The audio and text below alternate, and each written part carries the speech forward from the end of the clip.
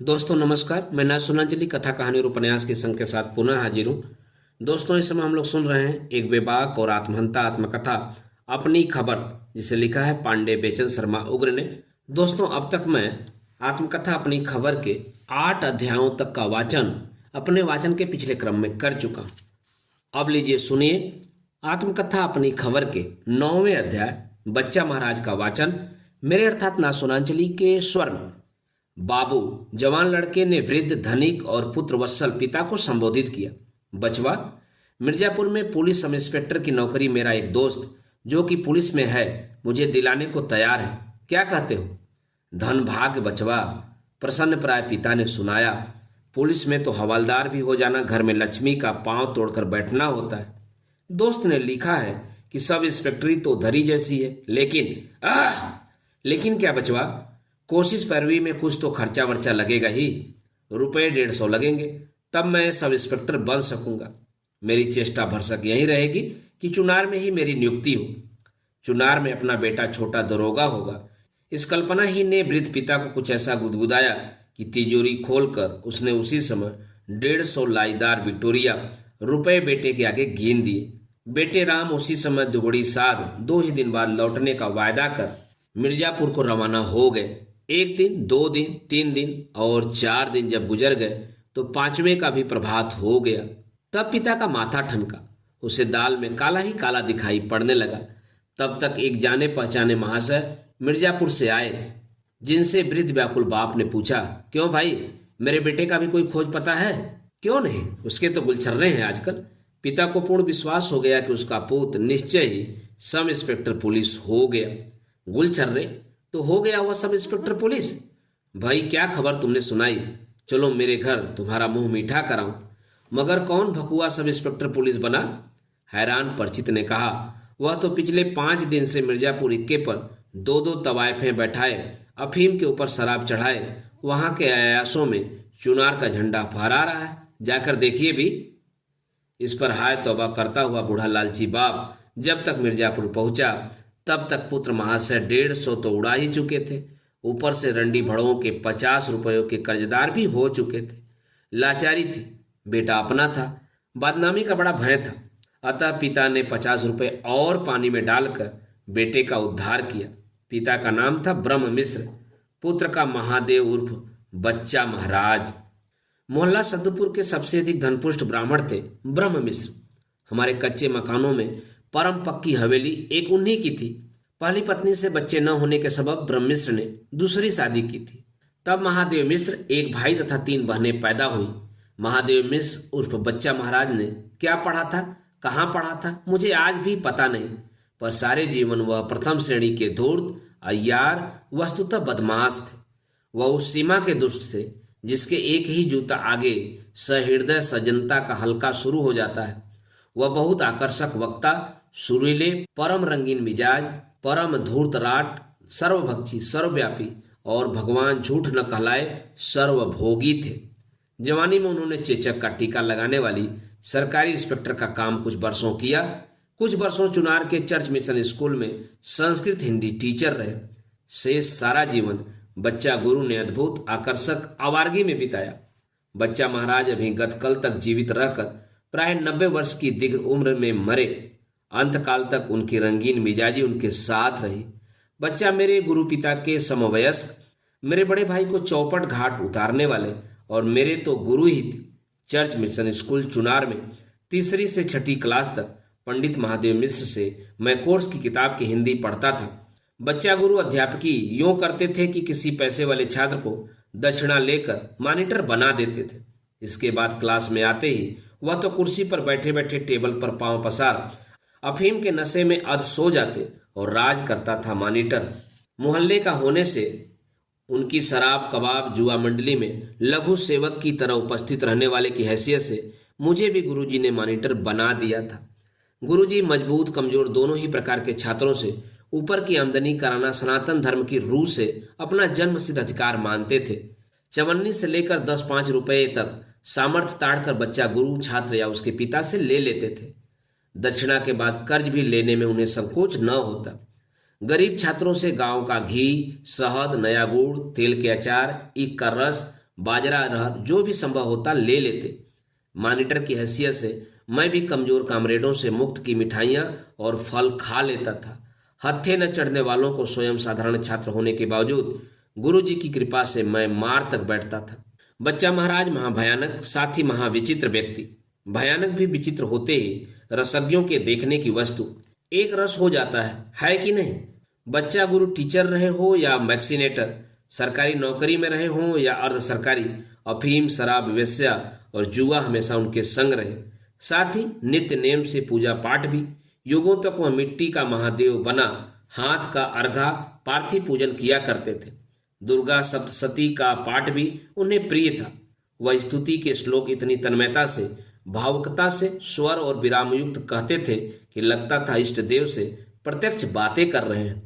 शंकराचार्य द्वारा प्रस्तुत भगवती की शिखरणी छंद वाली स्तुति का गान वह भाव विभोर होकर करते थे।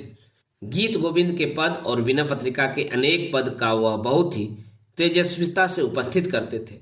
ज्योतिष और वैदिक तंत्र और मंत्रों में भी उनकी मार्मिक गति थी। वह बात बात में कोई तेज फिकरा, कोई श्लोकखंड, कोई दोहा चौपाई, शेर या कहावत जोड़ने में निहायत निपुण थे। लेकिन पूजा के समय जो वह विग्रह के सामने मुंह बना आंखों में आंसू भर लेते थे, बस यही सोचकर कि भगवान भी ऊपर ही ऊपर देख धोखा खा सकता है। साथ ही वह खासकर भगवान को भी पाठ पढ़ा सकते हैं। मुझे आज भी मजे में याद है कि बच्चा गुरु के भाव जो वह जुआ में कौड़ी कप्तेन विपरीत पढ़ने पर व्यक्त किया करते थे।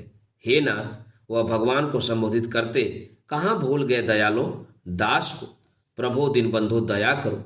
और कौड़ी कप्तेन अपने पक्ष में पढ़ते ही वह तड़प कर विनय पत्रिका सुनाने लगते। जयति राज राजेंद्र, राजीव लोचन राम, नाम कलिकाम तरु, शामशाली, हेलया दलित भुधार भारी। उन दिनों घर, मैदान, गंगा में, नाव पर, पास के गांव में जहां भी जुआ होता, बच्चा गुरु उसमें जरूर उपस्थित होते। इस तरह गुरु जी ने इतनी बड़ी जिंदगी आखिर बिताई कैसे? जुआ के लिए पुष्कल पैसे आवश्यक होते हैं, ठीक है। बच्चा गुरु ने उसकी युक्ति सोच रखी थी। पहले उन्होंने खासी संपत्ति में जो उनका हिस्सा था उसे चुपचाप अपने छोटे भाई के नाम लिख दिया और फिर सूदखोर बनियों से उसी संपत्ति पर ऋण लेना शुरू किया। कलई खुली तब जब किसी बनिए ने दावा किया। कुर्की लेकर आने पर पता चला कि बच्चा गुरु का तो परिवार की संपत्ति से अरसे से कोई वास्ता नहीं। मैंने कहा, चुनार में बच्चा गुरु की सबसे ज्यादा जजमानी थी और उन दिनों फिर भी कैसे भी ब्राह्मण को कष्ट देते हुए सेठ साहूकार श्रीमान कंपित होते थे। सो साहूकारों ने कई हजार रुपए बट्टे खाते डाल, कान पकड़, जीभ दाब कर मंजूर किया कि चुनार में कोई गुरु है तो वह है पंडित महादेव मिश्र उर्फ बच्चा महाराज। हजारों वाले तो बच्चा गुरु को ब्राह्मण जान गम खाकर रह गए, लेकिन एक कोई बनिया ऐसा भी था जिसने 150 रुपए के लिए केस डिग्री करा, अदालत के हाथे में ही गुरु को धर पकड़ा। निर्णय था कि या तो वे रुपए देते या जेल जाते। बच्चा गुरु को जब हथकड़ी लगने लगी, उन्होंने अधिकारियों से अपने घर चलने को कहा ताकि वह रुपए दे सके। हथकड़ी पहने ही सिपाहियों के साथ अपने मोहल्ले में लाए गए, लेकिन इस शान से उनके आने का समाचार सुनते ही उनकी मालदार माता ने एक दमड़ी भी न देने का निश्चय कर घर का मजबूत दरवाजा अंदर से बंद कर लिया था। लेकिन गुरुजी गुरु ही थे। चारों तरफ से हताश होने पर उन्होंने ऋणदाता को ही दबोचा। चल नीच बनिए, वो फट स्वाहा कर ब्रह्म हत्या, क्योंकि जेल में मुझे अफीम मिलेगी नहीं और बिना अफीम मैं एक सेकंड भी जी नहीं सकता। चल, मैं ब्रह्म राक्षस बनकर तुझसे न निपटूं तो ब्रह्म मिश्र का नुत्फा नहीं। अभी तुझे पता नहीं है कि ब्राह्मण कैसा होता है बच्चू जी। अब तुम पड़े कठिन रावण के पाले और पाठक विश्वास करें, वह बनिया भी खून घूट कर रह गया था, लेकिन गुरुजी से छदाम भी उसके पल्ले न पड़ा था। और साहब, सारे जीवन कोई न कोई मतिमंद गांठ का पूरा उनके हत्थे बराबर चढ़ता ही रहा।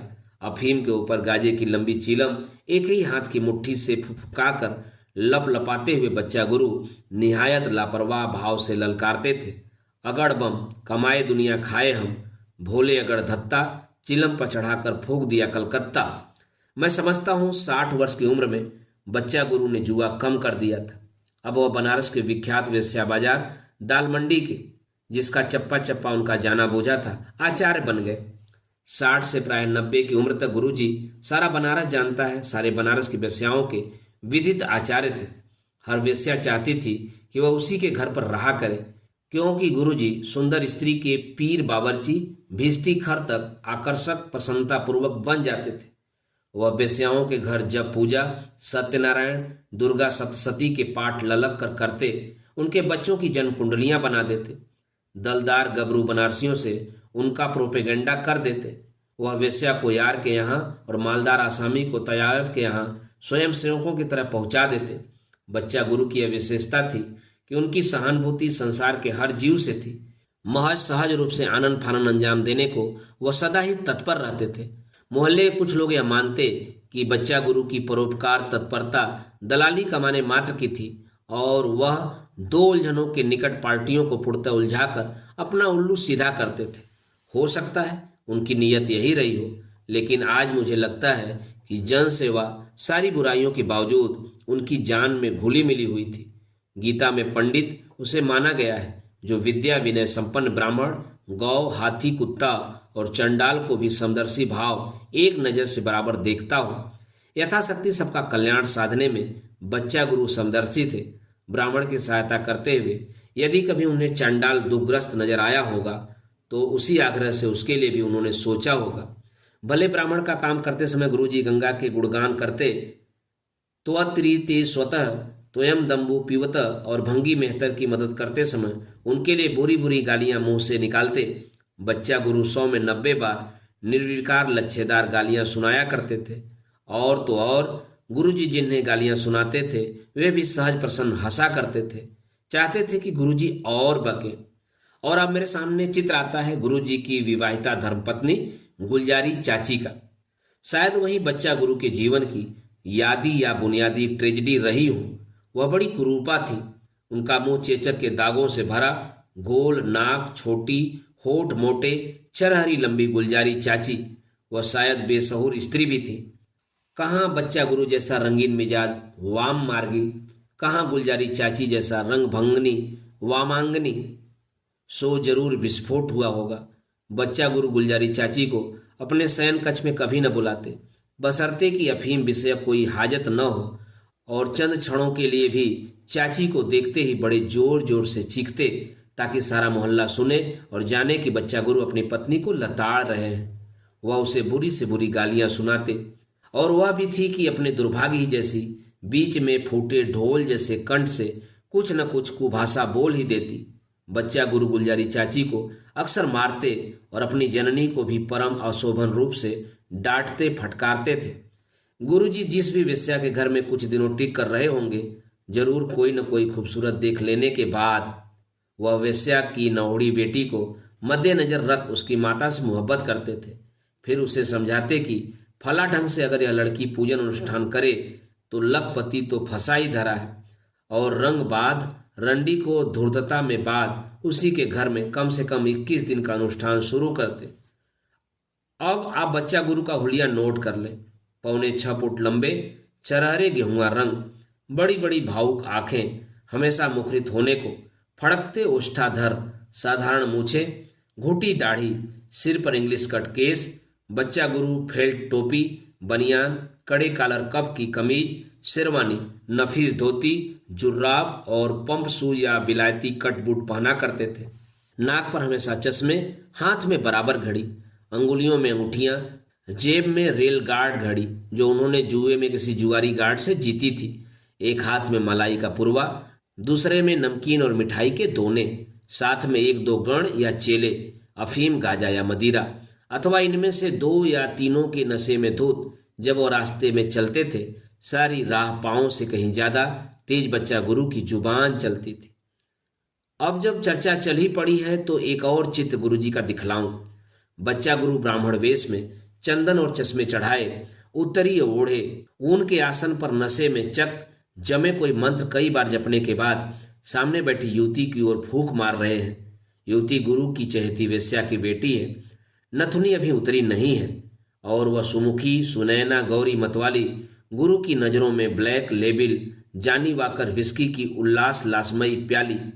युवती सुनैना को उसकी माता की हिदायत थी कि वह बराबर गुरुजी की तरफ देखती रहे ध्यान से, ताकि पूरी तरह लाभ हो मंत्र अनुष्ठान से। वेश्या बाजार में यार की तरह, अय्यार की तरह तंत्री की तरह, मंत्री की तरह, बुजुर्ग की तरह, बाबा की तरह, तरह तरह की सूरतें हर तरह से देखते जिंदगी के राजपथ से बच्चा गुरु लहर बहर प्राय 90 की उम्र में गुजरे। अंत में वे धनुष की तरह झुक कर चलते थे, परंतु उनकी आंखें बोलती बड़ी और आवाज कड़कदार अंत घड़ी तक वैसी ही रही। बच्चा महाराज किसी का भी बुरा नहीं चाहते थे, फिर भी उनके विचित्र चरित्र के आकर्षण से मोहल्ले के तरुण बर्बाद हो गए। कुछ नहीं तो सैकड़ों तरुणों को उन्होंने हराम घाट पर इस उत्साह से उतार दिया होगा मानो राम का ही काम अंजाम दे रहे हैं। दोस्तों, अभी आप सुन रहे थे एक बेबाक और आत्महंता आत्मकथा अपनी खबर के 9वें अध्याय बच्चा महाराज का वाचन मेरे अर्थात ना सोनांचली के स्वर में। दोस्तों, आत्मकथा अपनी खबर के आगे के अध्याय को सुनने के लिए आप मेरे साथ जुड़े रहें कथा कहानी और उपन्यास के साथ। धन्यवाद। नमस्कार।